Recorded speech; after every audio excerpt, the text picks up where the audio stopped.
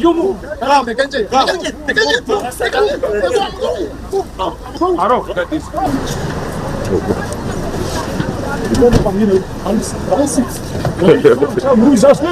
Where are you going?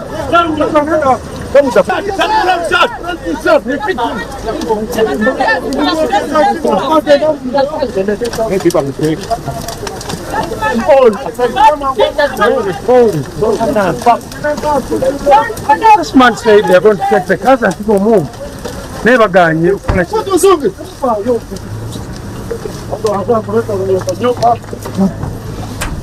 So what's they are doing? What are they doing? What's doing in the way?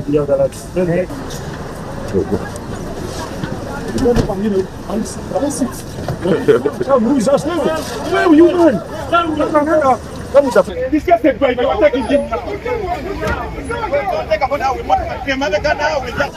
Move! Go away!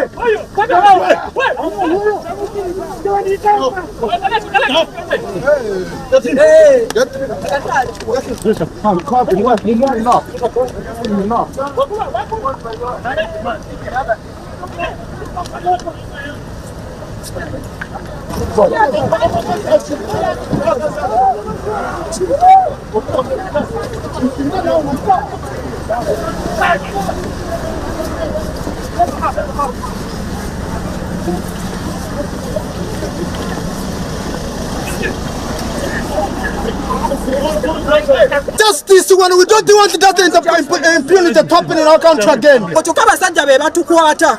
They are sent away to Ambula Mwengo. To see them Musango, if I not to live at about Ambude. Oh, one.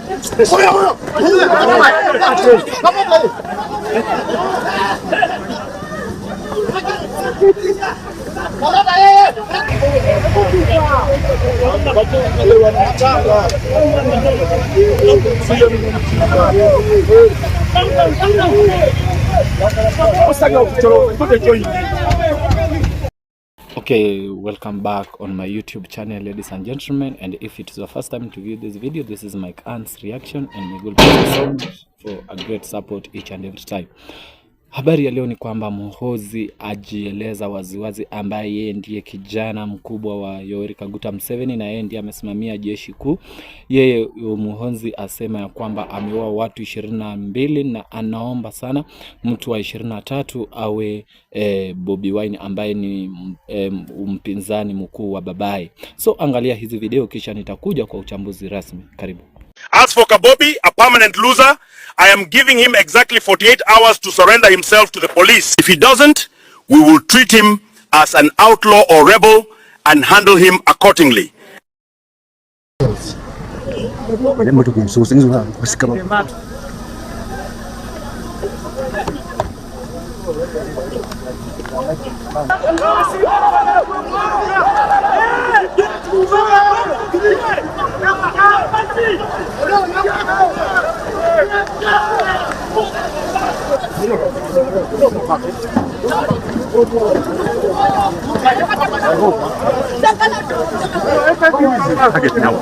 That man with a brown shirt. Yeah, the surprise.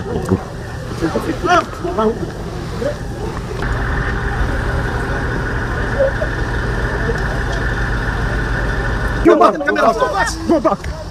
back. Wait. Go back. Take back your camera. Take back your camera. Translate. You move.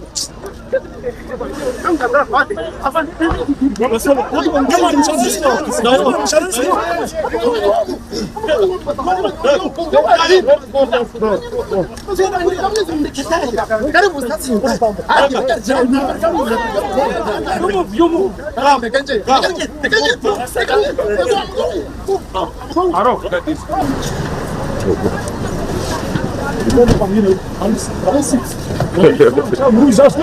Where are you going?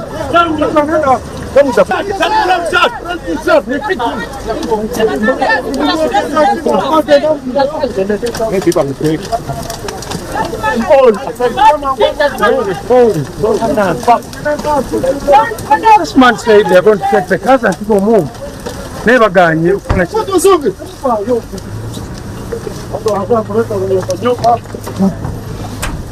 So what's it now they are doing? What are they? What's doing in the way?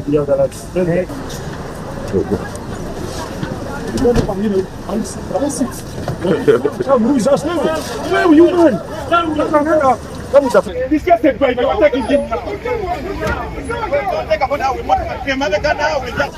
Move, move!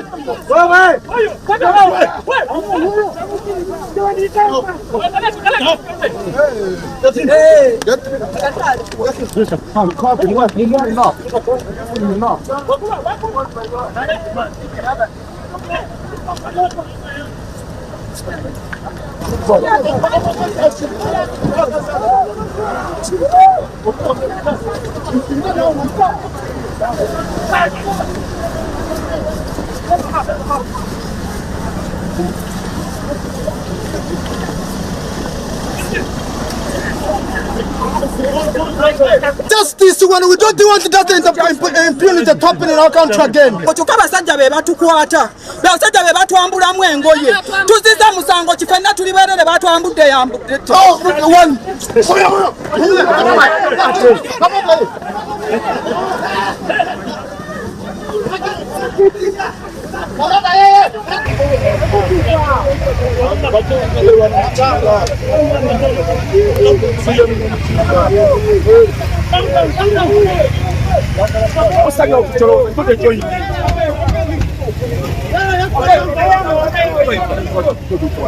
You're fit to be more wicked. Now you're supposed to now look.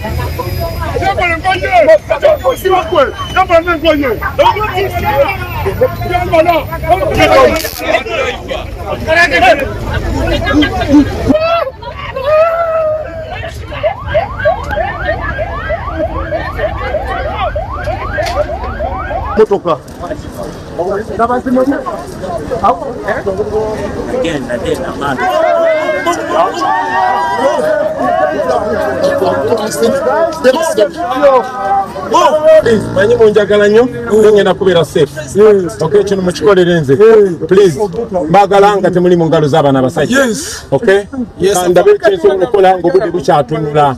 Okay, saagala budde buzibe nga muli mu danger. So move. We are here to show the people what kind of coward are you. You pose that you're a general, but inside you there's a little girl scared. Why are you scared of fair competition?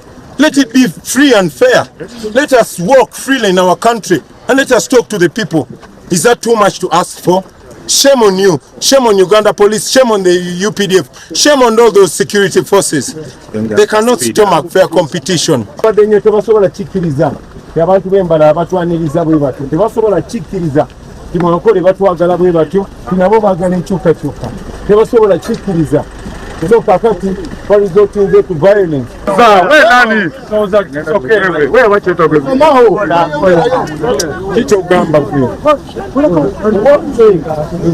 Kichogamba mutekeko kamera zammwe njagala balabe face z'abaana abasajja.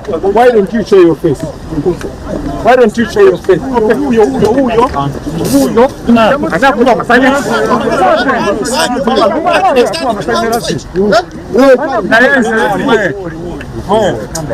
calm down. What is your problem with the citizens of Uganda? What is your problem? Yes, Mama. You're a mother, you have a child. If you are having a children, you can die from the hospital. We are fighting for you, we are not fighting against you. How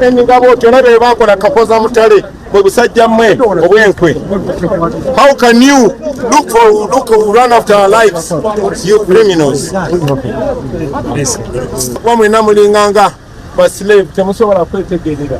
Can you open for us a road and we are still getting others, and once we are done, we shall open and you go. You are at liberty to move. But are you not ashamed of yourself? Are you really not ashamed of yourself? Let me perform my duty. This is not Museveni's police. This is not a tribal police. That flag does not symbolize any tribe. That flag symbolizes all of Ugandans. Should be ashamed of yourself. Please.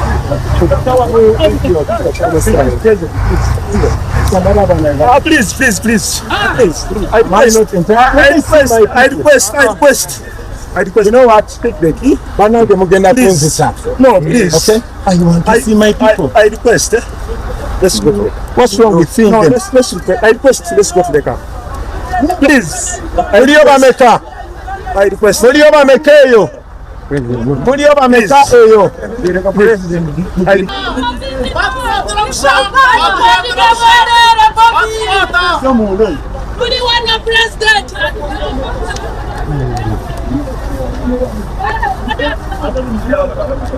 Kati bagule muno, let them open. You are going to come.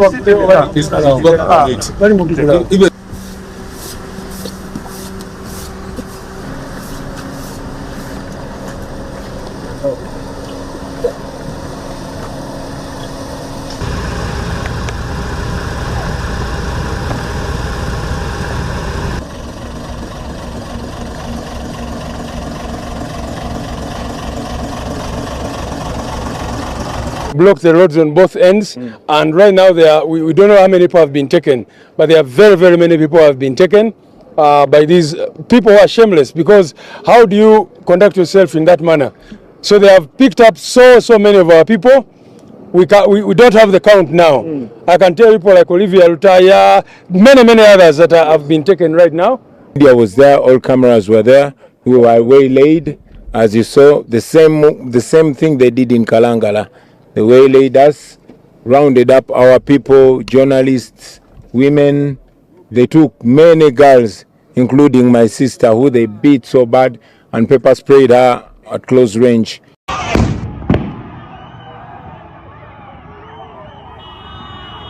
If you've been complaining that life in Kenya under the current administration feels like hell on earth, take a moment to look across the border. You see, in Uganda, the country's military chief is already predicting bloodshed. This indiscipline must stop. The security of the country.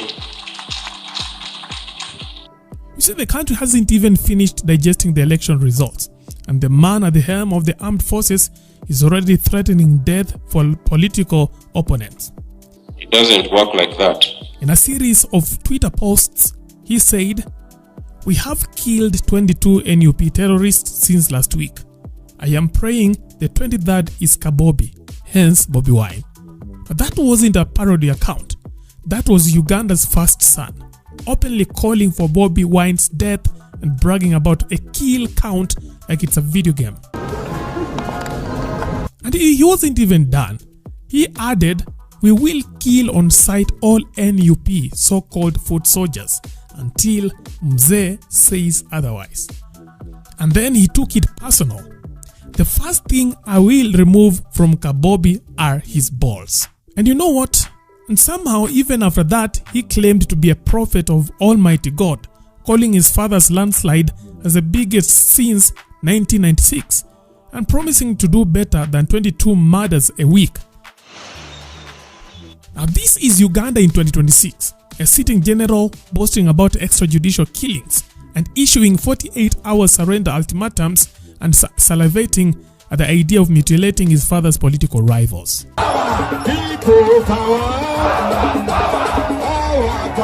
On the other side of the barricade, Bobi Wine remains the ultimate ghost in that machine. Having survived a raid on his home by what he described as armed officers with wicked plots, Wine has gone underground.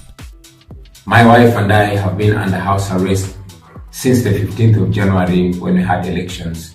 And yesterday, our house was raided by some police officers together with a number of other unknown individuals in plain clothes.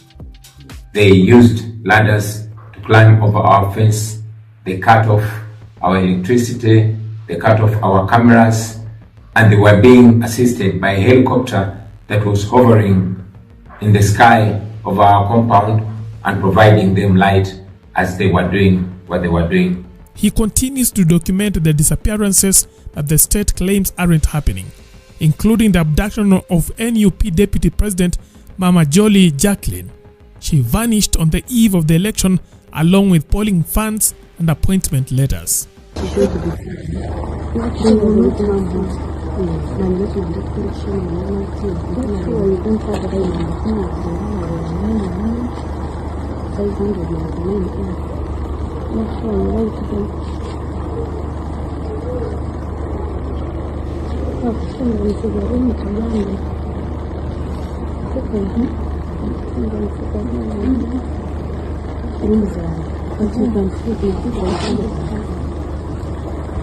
Now, back in Kampala, the regime isn't even pretending there is democratic future.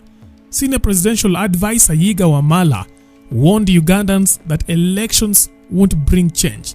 According to him, Museveni's rule isn't ending in a vote, and when it does end, his son Muhoozi will take over. If people don't have money to remain at the polling station, you'll be there like a dormant people.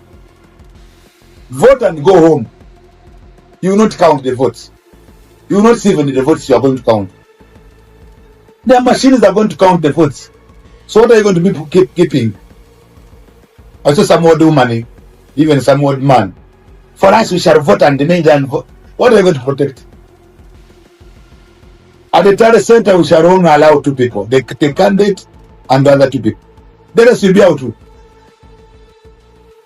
So what are you going to do? Don't expect, don't even think a day that we will announce Bobi Wine. President Museveni, who's on the chair, will still remain in the chair. Never think on that day that Museveni will leave this power by voting. No. Don't waste our time. Just go and vote and count what you know. We still want President Museveni. He has done nothing in this country, but a lot he has done. He's going to be the president, believe me or not. So this time we are very sure President Museveni will become the president.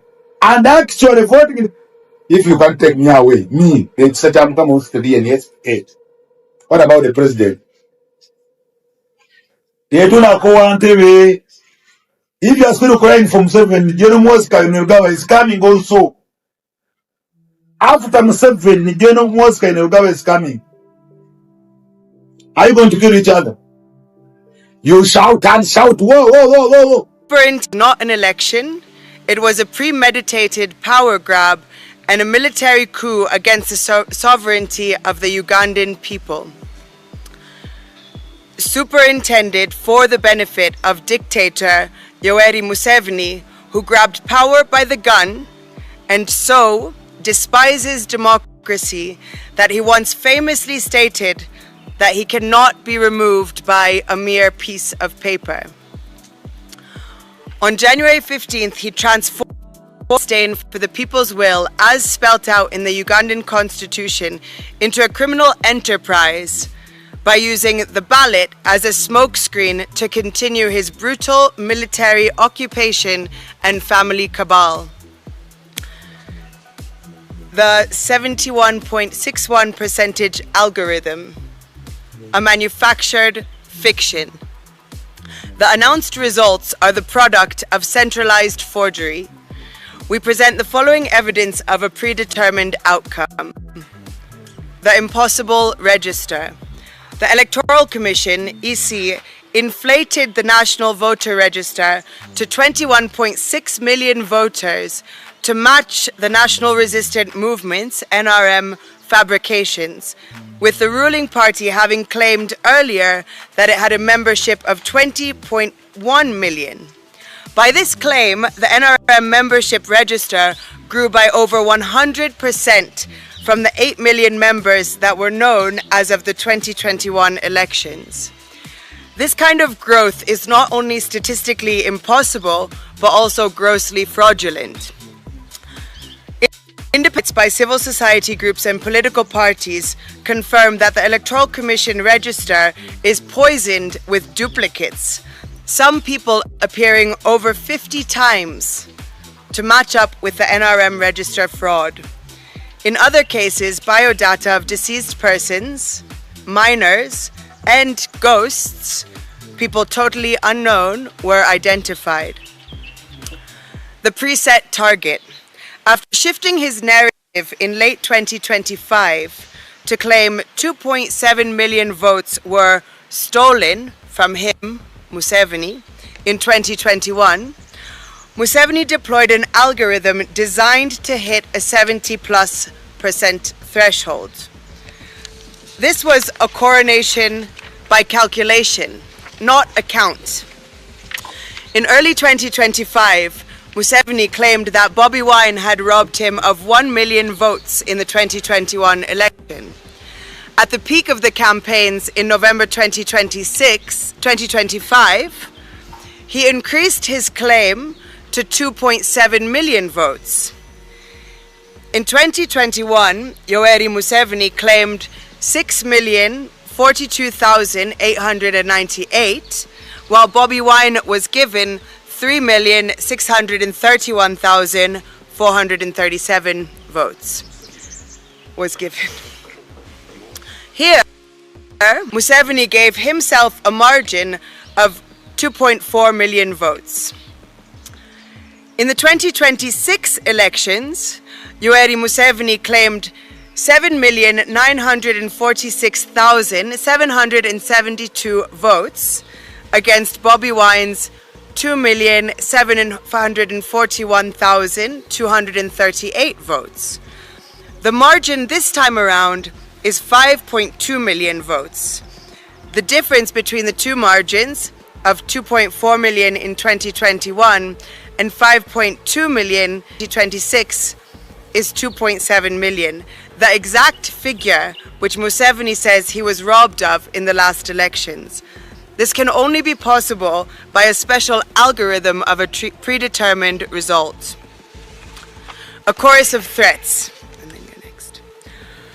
From General Muhoozi Kainerugaba's tweets vowing to crush opposition, to the parliamentary rhetoric of his Patriotic League of Uganda PLU group, members like David Kabanda, Minister Balam Barugahara, and NRM regime leaders like Speaker Anita Among and Deputy Speaker Thomas Tayebwa, among others, the regime said months ago that the result was decided before the first vote was cast, similar to previous and regional elections. Okay, karibu sana mtazamaji mpendwa, na nafikiri umetazama hiyo video na umeona nini hasa kinaendelea nchini jirani ya Uganda. Na tunaweza sema ya kwamba Uganda kwa hakika mambo yanazidi kuchacha na mambo yanazidi kuwa magumu sana kwa nchi ya jirani ya Uganda. Kwa maana Museveni alitangazwa mshindi, lakini kutangazwa kwake mshindi kumefanya Uganda kwa sasa imekaa ange kwa maana usalama haupo kwa nchi jirani ya Uganda. Na tunapozungumza kwa sasa mwanae Yoweri Kaguta Museveni ambaye ni mhonzi ambaye anasimamia upande na security ama anasimamia jeshi kuu, yeye ndio amri jeshi mkuu, asema wazi ya kwamba ameua. Imagine you as a human being useme ya kwamba umeua watu 22 na unaomba sana mtu wa 23 awe Bobi Wine. Na jinsi tunavyoongea kwa sasa, Bobi Wine yupo mafichoni, hata anasema ya kwamba hajaweza kubadilisha nguo kwa muda na hata familia yake ipo matatani. So ni nini hasa kinaweza endelea barani Afrika? Kwa maana sisi zote ni Afrika na wale ni ndugu zetu kwa hakika. So tufanye vipi? Kwa maana tusaidie nchi ya jirani. Is only prayer guys. So tunaposhikana kwa pamoja tuweze ombea nchi jirani na something can happen because God is everything. Lakini tunapozungumza kwa sasa kiongozi wa upinzani ambaye ni Bobi Wine amesema ya kwamba anaomba sana Waganda waamke na watoke wote zaidi na zaidi kuenda kupigania haki yao kwa maandamano, ili waandamane. Waliokuwa na uwezo waende kwenye barabara waandamane, na wasiokuwa na uwezo hata waweza andamana pale manyumbani.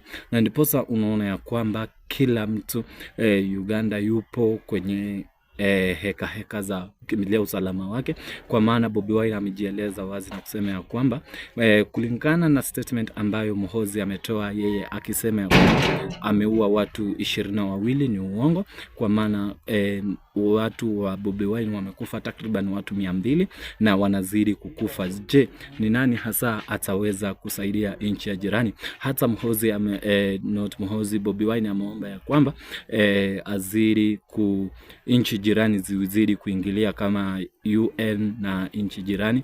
Na pia vile vile tuliona kwamba president wa Uingereza, president wa USA alizungumzia na akasema ya kwamba Museveni akwit kiketi, kwa maana hajaweza ama hajavuzu kupata hicho kiti. Na si Museveni peke yake, bali tunapata Ibrahim Traore pia naye ameweza kuzungumzia swala hilo. So ni nini hasa kitaweza fanyika nchini jirani ili wapate kile ambacho wanapigania? Na ukinapotazama tu kwa hakika Bobi Wine amejieleza wazi na kusema ya kwamba yeye ndiye aliyepita hicho kiti, lakini Museveni akawa kwamba ameweza kukipata kwa njia isiyo ya halali. Na hapo ndipo utapata ya kwamba watu wanazidi kujitokeza na watu wanazidi kung'ang'ana kwamba wapate haki yao, ambayo imekuwa ngumu sana na nadra kuweza kupatikana, kwa maana yule ambaye wanapigana naye ni mtu ambaye ana usemi na ni mtu maarufu, si ni kitongoji tu cha Uganda, bali ni nchi ya Uganda yote. So ni nani hasa ataweza kusaidia nchi jirani ya Uganda? Na ndiposa unaona ya kwamba si ati ni Bobi Wine tu peke yake yupo matatani, bali kila kitu nchi ya jirani imeweza kufunga. Hakuna kitu ambacho kinaendelea kule, hakuna biashara ambayo inaendelea nchi jirani ya Uganda, na kuto kufanyika chochote kwenye nchi. Kwa hakika hilo ni pigo kubwa mno, kwa maana nchi isipofanyika lolote ama kitu chochote kisipofanyika kwenye nchi, kwa hakika mambo yatazidi kuchacha na watu watazidi kuumia. Na Waswahili wanasema tu kwamba fahali wawili wanapopigana, kwa hakika kinachoumia ni nyazi. Na nyazi kwa upande huu ni nyazi ni aina gani? Nyazi ni binadamu ambao wapo kwenye hiyo nchi, na ndiposa unawaziri kuona ya kwamba wanazidi kuumia kila kukicha, kwa maana hakuna kitu kinafanyika. Kila kitu kimesimama, kila biashara imesimama. Yani chochote kile ambacho mwanadamu anaweza fanya ili apate lishe, kwa hakika kimesimama. Na kikisimama hivyo, I want to tell you that nothing can happen and everything is, you know, that the life that we are living today, it needs everything needs money, and if you don't have money, you can't buy anything and you can't sell anything. And I can't buy anything because sifanyi kazi na siendi kazi, wameka lockdown na hakuna kitu kinaweza fanyika. So mtazamaji mpendwa popote ulipo, what Muhonzi did, is it right or wrong? Because amesema ya kwamba ameua watu 22 na mtu wa 23 anaomba zaidi awe mpinzani wa babaye ambaye ni Bobi Wine. Shukrani kwa kutazama, na kama ni mara yako ya kwanza, kumbuka kusubscribe na kulike na kushare. Shukrani. Thank you.